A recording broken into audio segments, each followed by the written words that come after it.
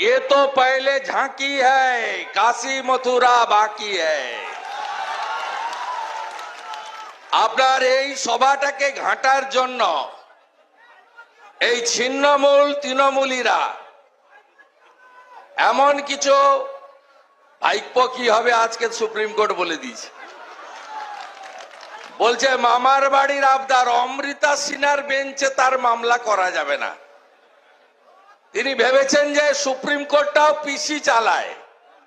Supreme court একেবারে গালে কষে ছাপ্পড় লাগিয়ে বলেছে ভাগ এখান থেকে, ভাগ এখান থেকে, যা ওখানে যা।